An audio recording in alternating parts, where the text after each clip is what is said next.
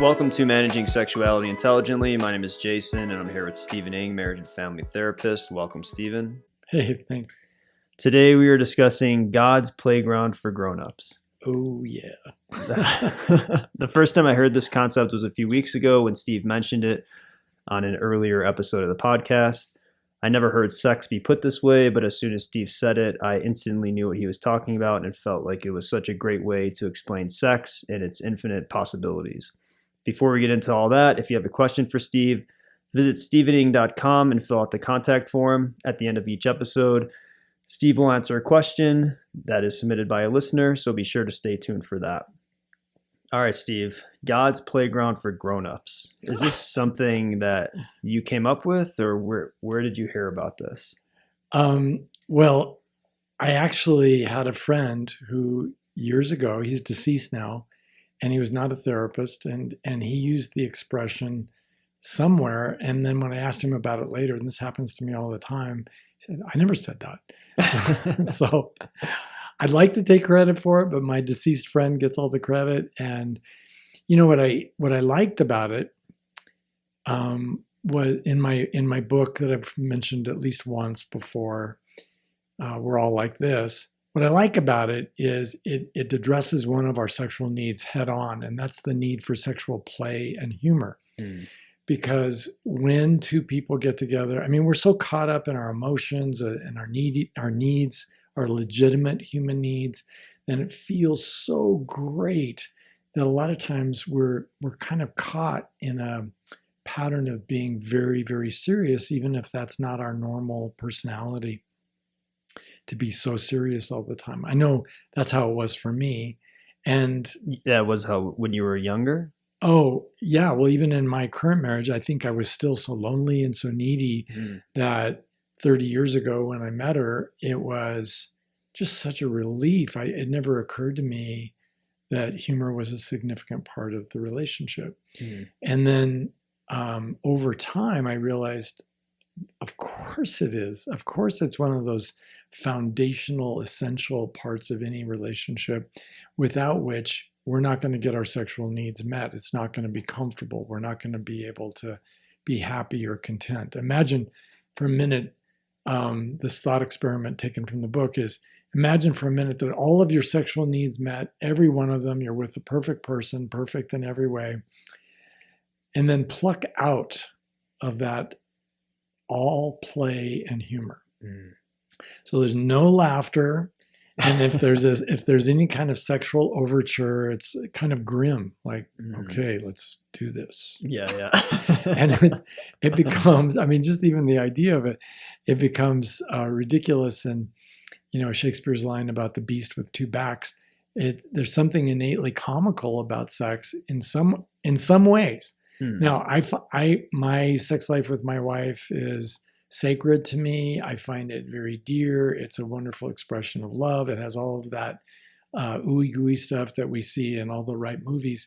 But it is also a rom-com in the sense that sometimes she has me cracking up in the middle of a sexual interlude, or cracking up in the living room over something sexual that she said that was so funny.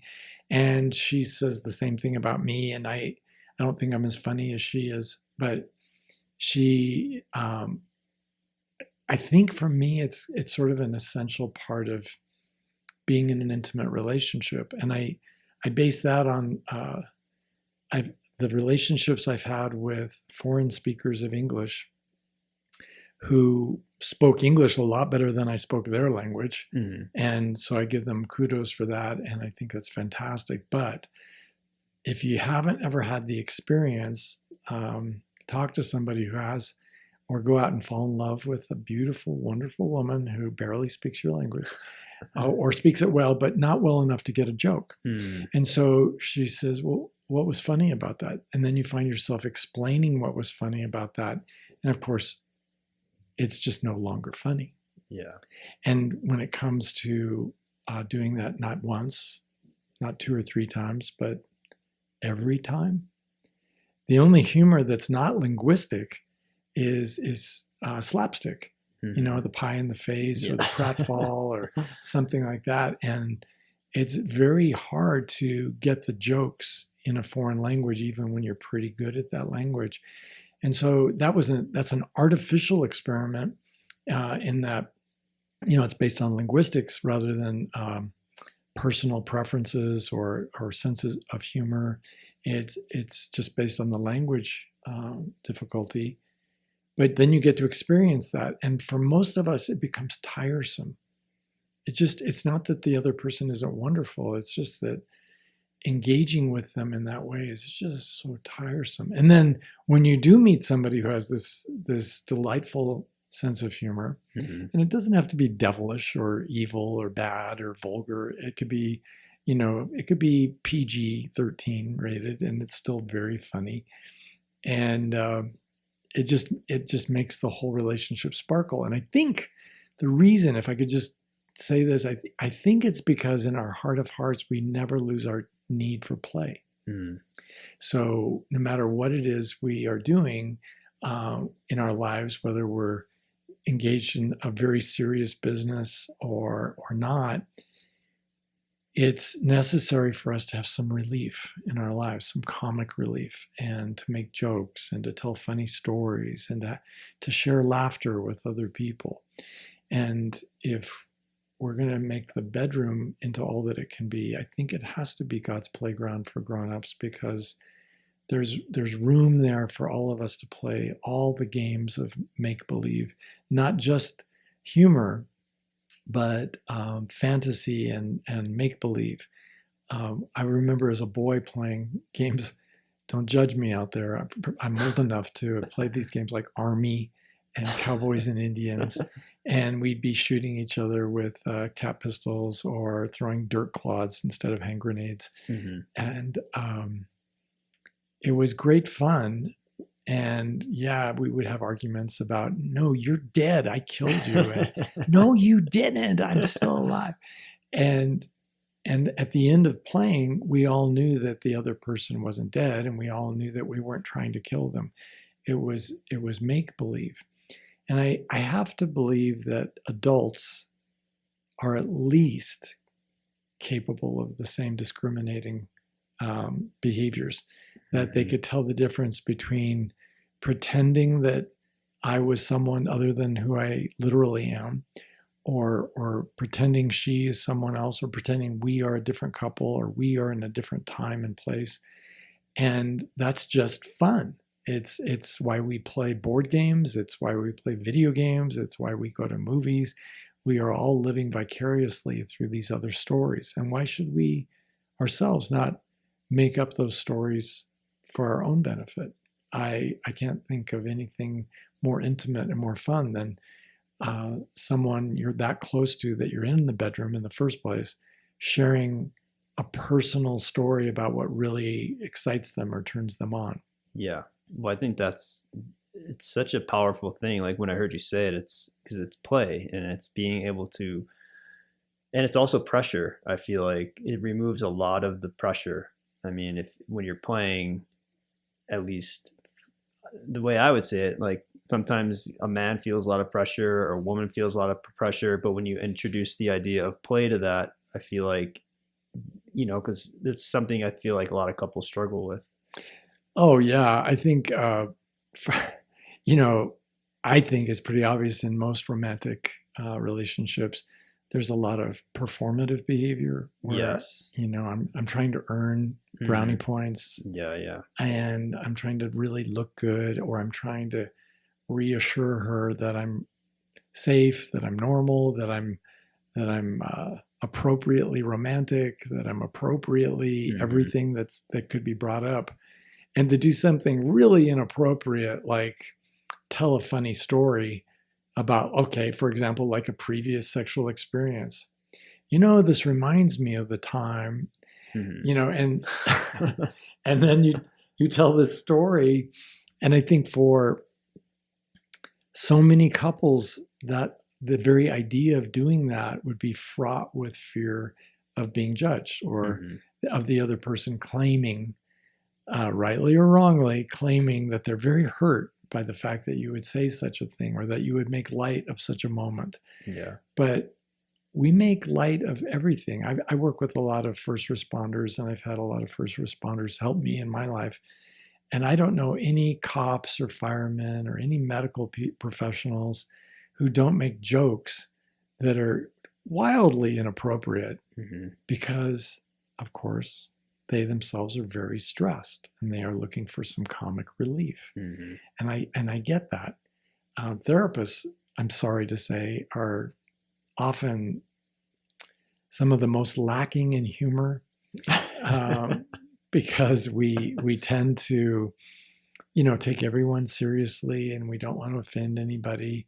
But I think even in therapy, if the therapist could be bold enough to share his or her sense of humor, and it's so permission giving for the clients. And what is it that humor does for us? It helps us to take ourselves so much less seriously. It teaches us to relax. We can see things. I think to me, the biggest gift is to catch a broader perspective than the one I find myself trapped in the moment. I've been in countless AA meetings and Alcoholics Anonymous meetings and Al-Anon meetings where in the middle of all the tears and all of the painful histories that get shared, somebody will crack a joke or tell a really funny story. I'm reminded of the one guy who just couldn't see through his windshield when he was driving home from the bar. He was so angry because he had just replaced those wipers and they weren't working at all. And the next morning when he got up, he went out, and this is really awful, so you might want to plug your ears. He saw that he had thrown up in his drunkenness on the inside of the windshield. And that's why the wipers weren't working. And when he told that story, the whole room was just filled with peals of laughter. Yeah. Now, it's none of these things. I grew up in an alcoholic family. None of these experiences are funny in the moment, but with time, everything can be funny if you can stand back far enough and see the humor. There's sort of a cosmic joke that's playing out, and we can learn to not take ourselves so seriously and to laugh at ourselves and really to relax. Yeah. So, and that would include, I think, everything in the bedroom. Sexual performance, the way we dress, the way things we say, the sounds we make, the need for lube or no need for lube. I mean, there's just countless opportunities for humor. And to find someone who can be comfortable with that, I think would be such an essential part of the compatibility of any two any two people trying to be a couple. Definitely. And when you say God's playground for grownups, you don't necessarily mean God necessarily. It's just God, the universe, or how would you exactly put it? So someone's like, God's playground for grownups. I don't believe in God. Like for those people out there. Well, I believe in Einstein's God, and Einstein believed in Spinoza's God, and Spinoza's God was the known universe. And so in the universe, there's just a lot of room for humor in the bedroom. And that's, I think, the way I would say it. I do believe that in the concept or the symbols behind the word sacred, which just means set apart. This is not run-of-the-mill everyday stuff. Being with this woman who I love is a sacred moment. It's sacred time, even if we're just having dinner together. I think of that as sacred experience. And I feel that way about my friends. I think friendship is also a sacred concept. I feel that way about a lot of things, but truly spiritual people, I think, find the sacred throughout their day and throughout their lives, during a walk through the neighborhood or talking to a new person at the office. So the ideal there would be, can we bring the other concept along with the sacred, the notion of play? And God's playground for grownups would be more or less the idea, can we bring the notion of play into a sacred space and still have it be sacred? Can we, because we're all used to being very stern and, prim and proper when we're seated in a very serious meeting, whether it's a religious meeting or a political meeting or any kind of business meeting where finances are really a critical issue. but what a world this would be if we could all like loosen up a little bit and make some jokes. Or and for those who, I know some of the men and women listening to this wish they could have more of this, and they don't. But I think it starts with each one of us individually. And the individual has to come up with wanting to incorporate play first. Is that what you mean by that? yeah, and I think taking responsibility for having a sense of humor, because a sense of humor, I don't think is genetic. I think it's learned. It's like appreciating literature. And there's hysterically funny literature out there, but if you don't know it, you're never exposed to it, and you're raised in some sort of grim boot camp or gladiator school or something else, it's really hard to have a sense of humor. But for those who struggle with this, I think, first of all, every young person should have parents who are more than happy to tell them jokes. If your dad doesn't tell goofy dad jokes, you're really missing out. So those dads who are listening to this, I'm hoping, and those future dads who are listening to this, I'm hoping they'll tell those silly jokes. But there are so many more. And when it comes to sexuality, I think children can easily be at an age appropriate level be brought into various sorts of sexual humor. I think also it is true that everybody out there should learn a handful of jokes to tell in virtually any circumstances, maybe to make it safer for them, jokes they could tell in church. And I've got sexual jokes I could tell in church that would be hysterical. I don't know that would be hysterical for every congregation, but it would be hysterical for the ones I've been affiliated with over my lifetime. And remembering, right, in the midst of our deepest spiritual feelings and experiences, that we're still sexual beings. This is still part of us. You know, like one of the very safe sexual jokes I think I could tell, and there's no body English, or I don't need to do anything, but I could ask you that joke. Have you ever heard the one about what the elephant said to the naked man? What's that? How do you breathe through that thing? Yeah.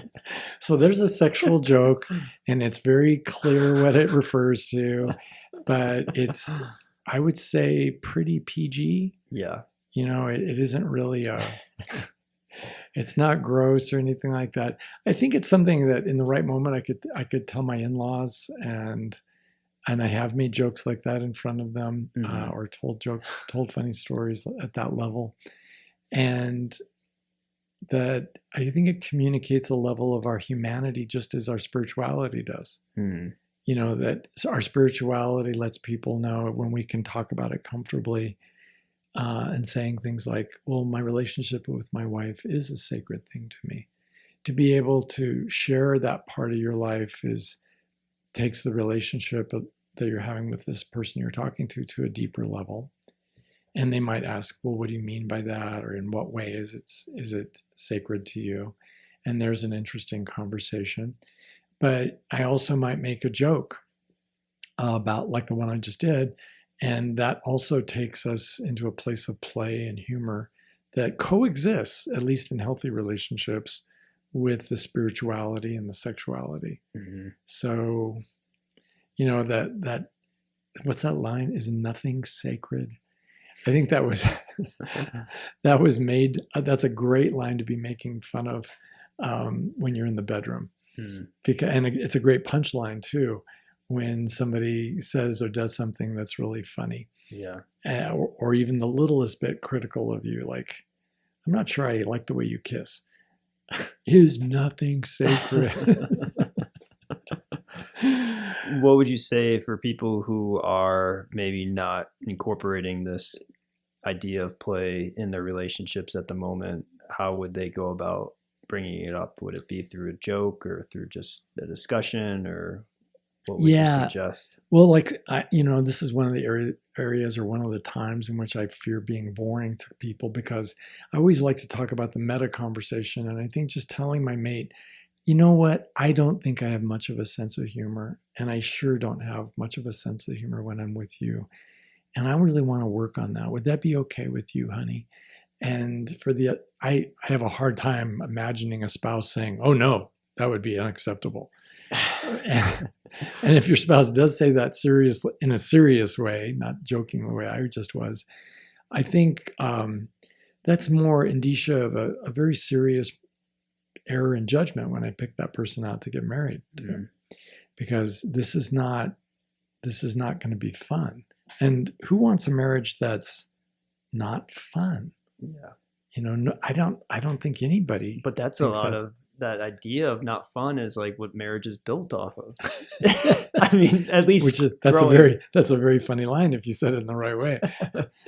But you know what I mean by that? It's like happy wife, happy life, or like all these little sayings, or got to do with the old ball and chain. So, it's like it's been depicted as kind of like a misery in a way. I mean, at least for me growing up, and then getting in touch with you and working with you, it's like, hold on a second, there's a whole different avenue of marriage that doesn't have to be this way that's been depicted for my whole life almost. Right. And I understand that those old comedians who would make jokes about "take my wife, please." I understand that comes out of that kind of a miserable experience. Mm-hmm. But I think it's probably true that most of those comedians had pretty good marriages, because with their sense of humor, they were probably pretty fun to be around at home. Yeah. And for me, the idea that some of the humor might be some gentle ribbing, that doesn't bother me at all, because I like the Bible says, we all need to learn to take a joke. And don't ask me where it says that, but it says that somewhere. No, I think that, if you're humble, you have to understand that part of being humble is understanding that you have certain weaknesses. And also, I would say, humbly accepting your strengths. But right now we're focused on the less than beautiful parts. And to be making jokes about my anatomy, or about the way I do things, or the way I asked my wife about a certain subject. He was just so shy and awkward, and then when if she did her impersonation of that moment, most people would be laughing. Yeah. Right. And I think that that's okay, as long as we remember that I'm not making jokes at the other person's expense. Yeah. That this humor comes from a place of love. Mm-hmm. So I remember in my first marriage, I didn't know this, and I didn't know that my then wife did not feel safe. And I was making jokes all the time, and I thought, oh, she thinks I'm incredibly funny. Was she laughing at the jokes? Yeah, she was laughing, but it wasn't until years into that marriage that she finally shared with me that she was only laughing because she felt uncomfortable. So it was more or less a hysterical response, like laughing when something horrible happens. And I just felt terrible. First of all, because I wasn't as funny as I thought I was. But I really cared about her, and I loved her, and the idea that I had been hurting her. Now, it just was horrible. So I knocked that off completely. And from then on, I never made any jokes or humor that included her as the butt of the joke. So I learned to make a lot of self-deprecating jokes. I made a lot of jokes about life in general, but I didn't joke about her. And because I just didn't think it was safe to do. And she, for her part, I think appreciated that quite a lot. So finding out, there's a way to do this. It's sort of like sex itself, right? It's a part of sex and a part of life with people, but we can, even with just conversation, we can be incredibly cruel to people who we're not married to. We have no love for. We're just co-workers with them, and really hurt them. And learning how to be safe up and down the scale of human needs, I think, is a vital intimacy skill. Yeah. Because intimacy is the ability to safely share our lives with one another, and making it safe to share our lives it takes a lot of skill. What I think too, like to get to even this level of, you can't just enter a relationship in God's playground for grown-ups. I mean, unless both people are on the same level, but it does seem to require a certain level of safety. I think that's the key. If somebody like me, I'm by no means a very funny person. I have my moments, but I wouldn't say I'm as funny as some of the female comedians out there. And if I met a woman who was vastly funnier than I was, I don't think I need to be at her level, I guess is what I was saying in terms of talent. Yeah. She could be so much better at telling stories. She could be a brilliant raconteur, wonderful sense of comedic timing. She might really be into body humor and make jokes with the way she moves or the impersonations. And I would find that hilarious and really an asset to the marriage. Yeah. And whether I can't think of any reason I wouldn't like that at any time, including in the bedroom. So I don't think we have to be at the same level, but we have to be at least the same maturation level where we appreciate humor. And even then, what if I, as a know-nothing 20-year-old, met some incredibly funny woman who just had me cracking up in a way that I'd never seen married people crack up. I'd never seen lovers crack up. I'd never seen families laugh about things like that. I think I would have been over the moon with love for this human being. Whether or not we were ultimately compatible or not is another story. But just in terms of humor, I think we could have been. The one other danger for those who are wanting to be wary of this, going into this area of playing in the bedroom, is if you've ever met people who are often the baby of the family, they've learned to use humor inappropriately in the sense that it's no longer volitional, it's more or less compulsive. And they don't know even how to be serious when it's appropriate to be serious. They turn everything into a joke. Well, that's not going to work either. Yeah. So it is complicated, this whole business of being intimate with another human being. I think if you look around, if the listener were to just think about the people in their life, there are many people who have pretty darn good careers, who have purchased homes, raised children, that sort of thing. But in all this world where all these relatively successful people live, so few of them have marriages that any of us would want. And I think that's because having a good relationship is really the most challenging thing we do. It's sort of the supreme effort of our humanity, because love is the glue that binds us together. And in our compassion for one another and our sharing our lives with one another, it's so challenging that many people never get there. But I don't think it's so challenging that we can't understand it. It's just that we never talk about it. Well, that's the thing. That's exactly as like why we're doing this, and get the information out there. What, yeah, I thought it was for all the money. Yeah. But no, it's so true. It's like once you start understanding, I don't know, it's like you have to completely understand it on a whole different level, and you don't get that information, right? It's not readily accessible. It's not, I mean, it's one of the most important things in life, like you said, or one of the most powerful, to form a relationship with another person. We're not taught at all. Like, we're not taught in sex ed. We're not taught by our parents most of the time. We're not really taught in movies that well. It's like you have to find people who are out speaking of it in podcasts or other aspects of social media or in books. It's like, it's kind of buried in a way.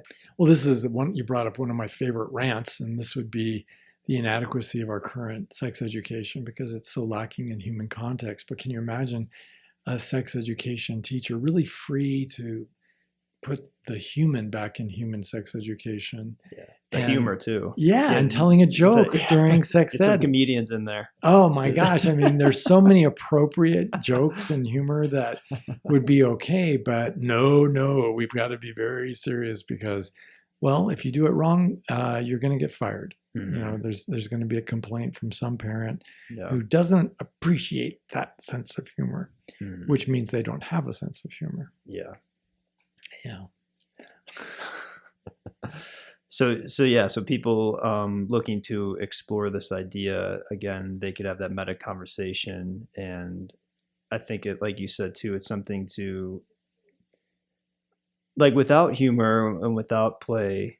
I feel like it's limited. I don't know if that's Oh, it's horribly a limited. vast thing. I don't know if that's like a blanket statement, but it's like to me, It won't work. yeah, It would never work for you or for me or for any of the millions of people listening, even to our Canadian audience. And I know how Canadians are. yeah, They wouldn't. or I feel like they're like you're gonna be stuck at a level of sex and intimacy that is kind of you're not evolving. Like I feel like it's a necessary thing to explore if you want to get to a deeper level with it all.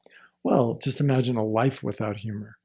I Yeah. mean, how colorless that would be. Mm, It would just be so awful. And then why would I want any dimension of my life to be without humor? I think my professional life can stand some humor. I think it's really okay if my friends and I share humor. And why would I withhold that from my wife or from the woman I love or from a series of women I was dating if I were single? mm, There's no reason at all I would do that. And again, it provides so much perspective on life, and it helps people relax.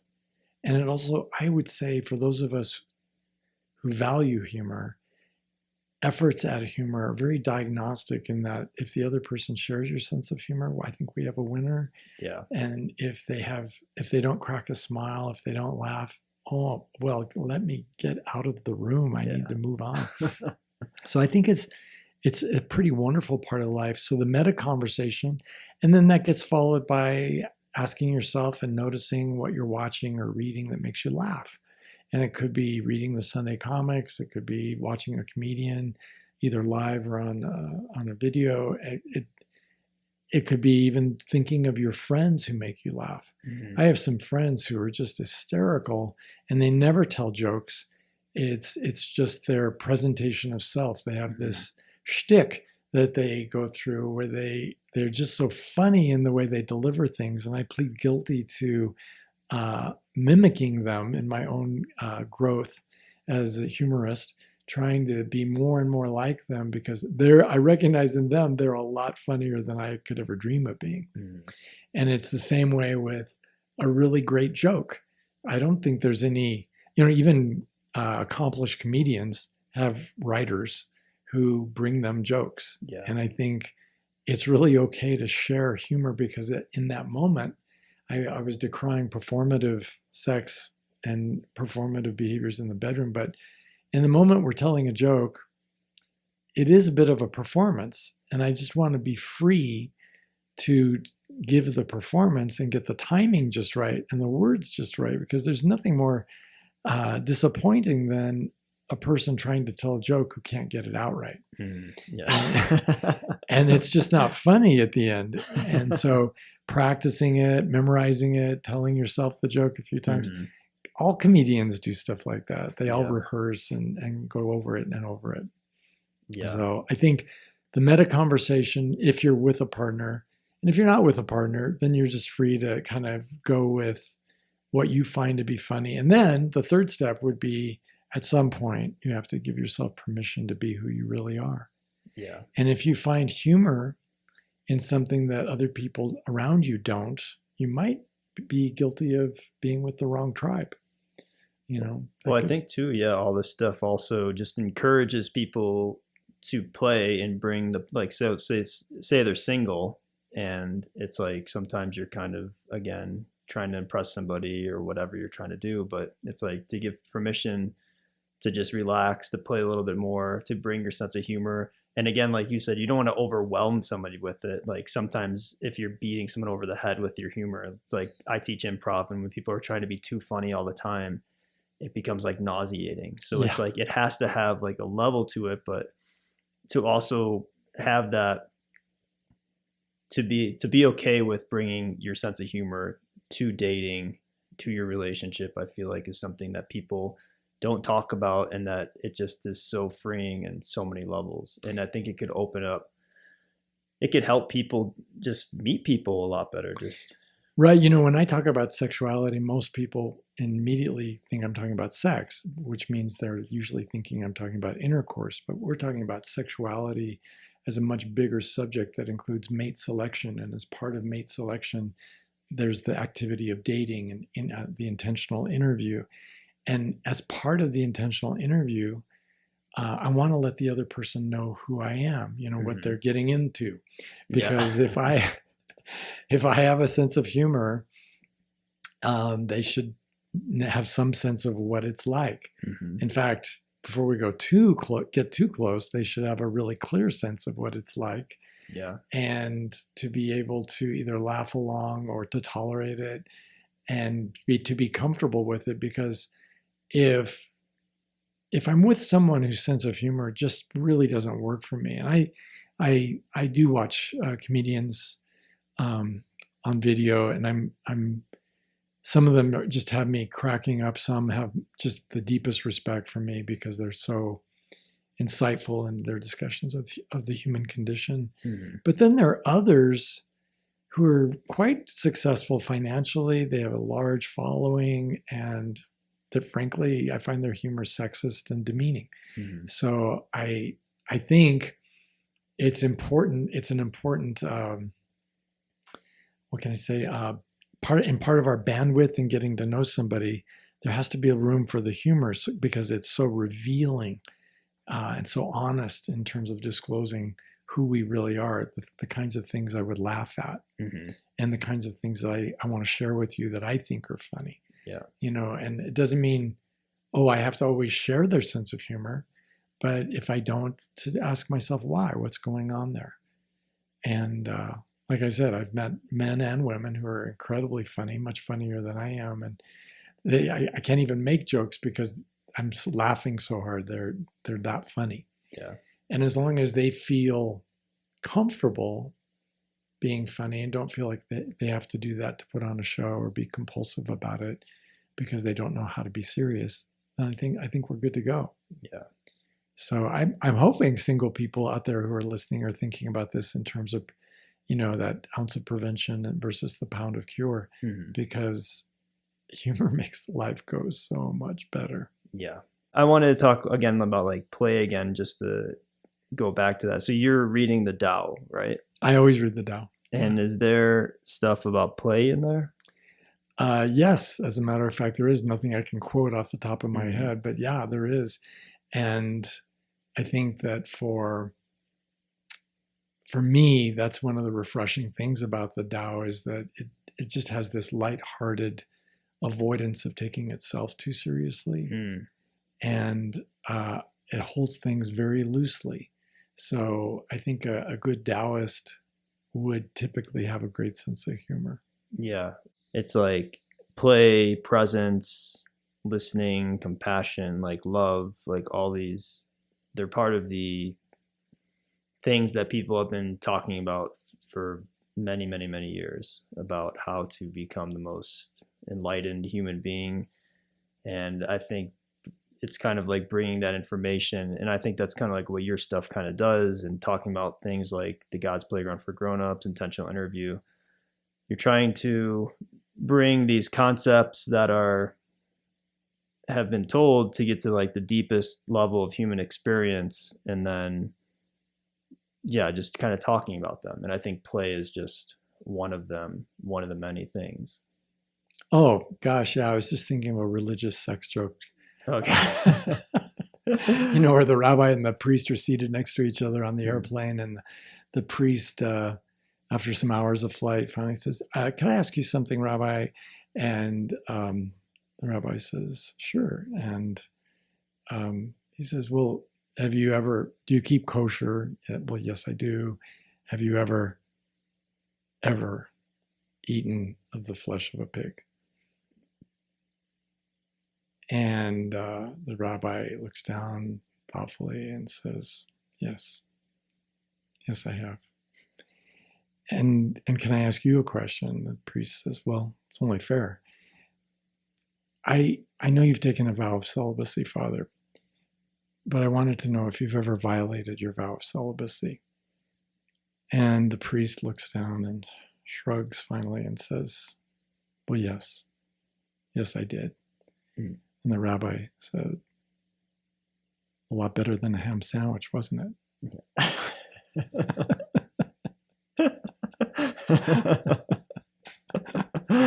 Oh, that's good. So there are all these sex jokes that aren't particularly vulgar, that I think can be told in mixed company or told with kids in the room, and it's not. And I just don't think it hurts anybody. But I think seeing the sourpuss face, glaring at you from your mother-in-law, or your mother-in-law cracking up and the father-in-law being the one who's really upset with you, it tells you so much. And, if you were with a partner who said, don't ever tell jokes like that again in front of my family, I think that would also tell me a great deal about the nature of our relationship, because I don't think that would be the relationship for me. I really would want the freedom to be able to tell at least a G-rated story like that. And those people who do have maybe relationships like that, then they have to make a decision as far as, do they want to be in a humorless, do they want to enter the playground or not? I guess. Yeah, I guess that's the question there. Or to be locked out of the playground for the rest of their lives. I think that would, for me, that would be just too much. I couldn't do that. But I don't face what all the other people out there in the world face. Different people have different challenges. And for some of us, I think life is grim, and survival is what it's all about. And I think that may make it incredibly difficult to have a sense of humor about the kinds of things we're talking about. But even among the poor, even among the people who are afraid, soldiers make jokes out on a battlefield. I think that people with cancer make jokes, laughing at their cancer. So I think we can all, at some point, see that it's a really great goal. What's harder to admit is when our sense of humor sucks. And we're just not that funny. I don't know if I ever told you, but I did a few improv classes, and it's hard. Improv is really, I think, really challenging, because I found myself using up all my my good material in the first 2 sessions. Oh, yeah. And then after that, you just have to be you. And it was just really challenging. And I think that's what it would be like for a lot of people who've never used humor at all in their lives, to just, okay, you have permission to be funny. Now, go ahead. And it's like, no, this is a learned skill. So to be gentle with ourselves, to give ourselves time, and to kind of plan on going to the classroom several times before you learn how to get a few laughs. And mostly, who am I trying to entertain with my humor? Mostly I'm entertaining myself, because if I don't think it's funny, then there's no point in my sharing that with anybody else. Yeah. And playing, one thing we haven't talked about much today, I think maybe because we're both scared, but this idea of playing or acting out fantasies in the bedroom, I don't care if people like to wear costumes in the bedroom. I don't care if people want to pretend that it's a scene out of some movie or a scene out of some life other than their own. I think that that's healthy. It's normal. People know that it's play once it's been presented as that, once it's been talked about a little bit, and especially after the first few attempts. But I do think there are a lot of people who mistake play for reality, and they think, well, if you're fantasizing that I am someone other than myself, then that must mean you don't love me for who I am. And I think that that's a thinking error. I think that means anything. Yeah. For anybody out there who's played cowboys and Indians or cops and robbers, it didn't lead to genocide or to a life of crime when we played these roles. Yeah. And I don't think playing anything that's proposed that sounds fun, at least, I don't think any of it sounds scary. I had a friend who, I think I mentioned him once before. I don't know, remember if it was in one of these podcasts or not, but he had a girlfriend who brought home a dress for him, and she wanted him to Oh yeah, you cross mentioned. dress. Mhm. And you know what was funny about it? It It was the wasn't best. funny. Oh It really? wasn't funny. And he said it was the best sex of his life, but he said it wasn't, as he was telling me about it, it was play, but it was Mhm. on the level. Mm. You know, there was a level of playing there that was really quite serious, like watching young children playing very seriously about something they're taking very seriously. Yeah. Well, yeah, I think that that's and I feel like people maybe have. It seems like everyone would want to be at this level in the bedroom, It and seems like. I mean, I can't speak for everybody, but it's like the idea of bringing it up for some men or some women. I think there's shame involved. I think they're embarrassed about things. They're afraid of rejection. It's like, oh, I bring something up and then somebody just is like totally rejects it. And then so, but I feel like for me, I wouldn't get in a relationship if someone's like, we're not going to the playground. Yeah, It's like, it's yeah. awful. Awful. For me, it seems like a universal human trait. Now, but on a continuum, right? So Mhm. maybe you're like at a 7 on a scale of 1 to 10, Yeah. and somebody else might be at a 3, or vice versa. Mhm. And that's okay. You know, Yeah. we're all different, and we all have different needs for spontaneity and Mhm. for fun and laughter. But I think it's a human need that needs to be part of every relationship in order for those relationships to be truly satisfying our human needs. Yeah. And I like how you do put that on a continuum. You do that with a lot of stuff that you talk about. And it is true. It's like maybe somebody's a 1 or a 3 or a 5 or a 10, whatever they are, and everyone is fine, but it's at least being aware that there's a conversation to be have about this, because to me it's like one of the most important things in a sexual relationship. I mean, it's pretty like, how open do you want to be in the bedroom? How much humor do you want to bring in the bedroom? How much role playing? How much of all this stuff? Like, because your imagination, like you said, you think about it as a kid, it's like the play is endless and Right. nothing. You're just playing. It's like imagination, and there's no one getting hurt. Like it's just having fun and creating as you go. Right. And like music or like improv or like drama or any of the other creative things we do, humor is one of those things that has its own brands and its own styles. And um, you know, just because I like this comedian doesn't mean I like all comedians. Mm-hmm. Oh, you know, like in terms of useless feedback. Oh, you should watch this with me. You like comedy. Uh, Yeah. that really isn't helpful information, because liking comedy doesn't mean I like everything any more than liking music means I like all music, or liking women means I like all women. Mm-hmm. You know, so, you know, figuring out who we are and finding our words, being able to express ourselves, and to express what it is we like and what we don't like. I think it's all important, because none of it has anything to do with our absolute value. It has to do with who we are. Mm-hmm. So, you know, just because I don't like sexist humor doesn't mean that somehow I'm missing a very vital part of the DNA for humor. It just means that's one of my personal turnoffs. And for somebody who can't laugh at any humor, again, I would say that's a learned behavior that can be ameliorated, or as we say on the street, improved, Mm-hmm. by simply by simply acknowledging that you don't have much of a sense of humor, and then looking for the humor. Mm-hmm. And one of the best places to find humor, I found personally, was going to AA meetings, because those people are funny people. Yeah. They've learned to laugh at the worst life could throw at them. Yeah.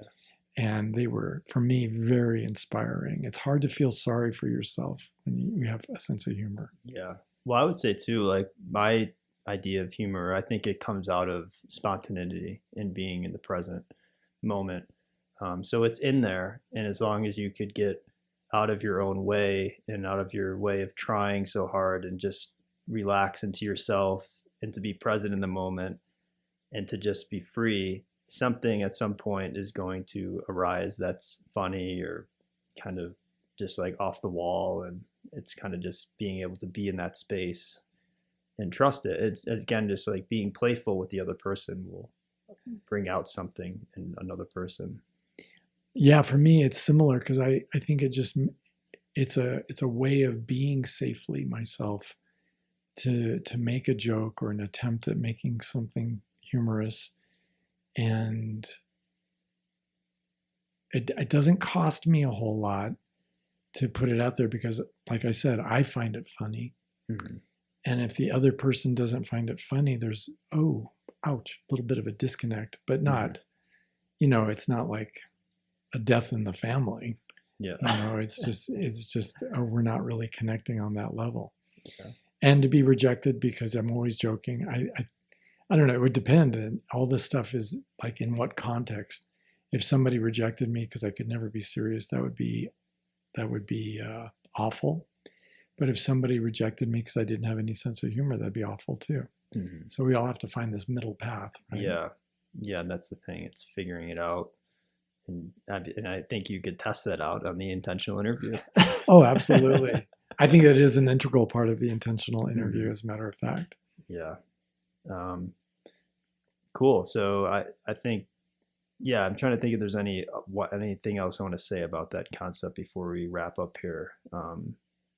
Yeah, I just think it was something that you said that really stuck with me, and I think it's I haven't heard many people talk about it, so I'm glad we were able to have a discussion on it and kind of get into like the importance of humor. And like you said, it's in We're All Like This in the book that you wrote, and it's just something that I think could use more conversation around. I think I agree, and I think that sex and religion have been in competition for so long for market share in terms of people's attention. They each bring an amazing sense of awe, and they each try to provide context to our lives. They each provide a sense of connection with something larger than ourselves. I'm sure there's some humor there. But I think without having God's playground in the grown-up, sex itself becomes rather too serious for itself. It's too grim. It's then a matter of being righteous or sinful. And that's why I think it desperately needs to be made playful. Yeah, I agree. I've been not in the playground. I don't know where else that would be. In the schoolroom, I guess. Not in the imaginary sense, but in like the part when it's not playful or when you don't have that levity to it, it could get very not fun. It could cause resentment with people. It could just really build something that is kind of destroying both people. Yeah. In ways. Yeah. I mean, it's funny how it's so unsung and underappreciated, but I would say it's as vital a part of our sexual needs as a given vitamin is part of our nutrition, without which not. I mean, this is a sine qua non. This is the word vitamin means making life possible. And I think humor is part of that secret sauce that makes great relationships what they are. And I'd like to meet the person who would argue with that. I think that most of the time people just don't think about it and they don't talk about it. Yes. Which is again, another reason why we're having these conversations, because it's not that people are so much against the idea of humor and play as they are ignorant of it. Yeah. And if they could just kind of wake up and discover their inner funny bone, I think they'd enjoy life more too across the board. They'd probably enjoy their kids more. They'd probably enjoy work more, and definitely the bedroom more. Yeah. Yeah. I think it'd be such a relief too. Just like, I could just Yeah. be funny. I could goof around a little bit. I can breathe again. Yeah. All right, great. Well, thank you very much for that conversation, Steve. And we are now going to move on to the question portion of the show where we have a listener question for you. And again, if you have a question for Steve, you could visit stevening.com and fill out the contact form. So this question is from a person that calls themselves suffocating. Oh, ouch. That's how they signed off. So the question is, my boyfriend of 2 years doesn't have any guy friends. At first, it didn't bother me at all because he was always available. But now that we live together, it gets weird when I want to hang out with my girlfriends or spend a day with my sister. He doesn't say anything, but I can tell he feels wounded, and he's definitely passively guilt-tripping me. What can I say to him without further hurting his feelings? And again, that's signed suffocating. Yeah, and I think because I pause for a minute or maybe don't do the best answers, I want everybody to know I've never heard these questions before, and it's like the topic Jason brings up. I never know what's going to be brought up. So this one to me though is one I have thought a lot about, and it's, I think men and women make great girlfriends, great boyfriends. They make great spouses, but none of us can be the entire social support system for another human being. And not only do they need more, so do I. Mm-hmm. I need more as well. I need friends who can listen to me in a different way than my girlfriend or my wife. And I think that a frank conversation where she sits and says to him, there's something we need to talk about.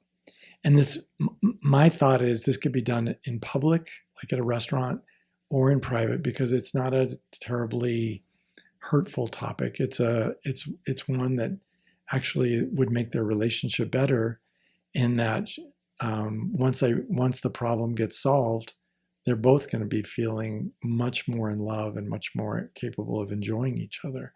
But he definitely has a need for friendship, and then he's going to say, no, I don't. You're all that I need. Mm. And well, actually not, because my therapist says, and if you're listening to this podcast, you can call me your therapist.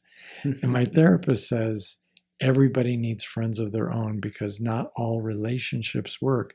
Do you remember your last relationships, what happened when you two broke up? You had nobody and you had nothing in your life. And that's why you were so needy. And I can admit I enjoyed it when you were so available. But now that I need to spend time with my friends, I feel smothered when you don't have anybody you can go spend time with, or when you're simply not comfortable with your own company. And whatever it is, I know that if you got friends in the future and you announced you were going to go to some sort of event with your friends, like breakfast or something, or on a guy trip, I would be fine with that, because I'm really comfortable with my own company and I'm really comfortable with my girlfriends. And I need all of that support. I'm not playing the I'm superior to you card.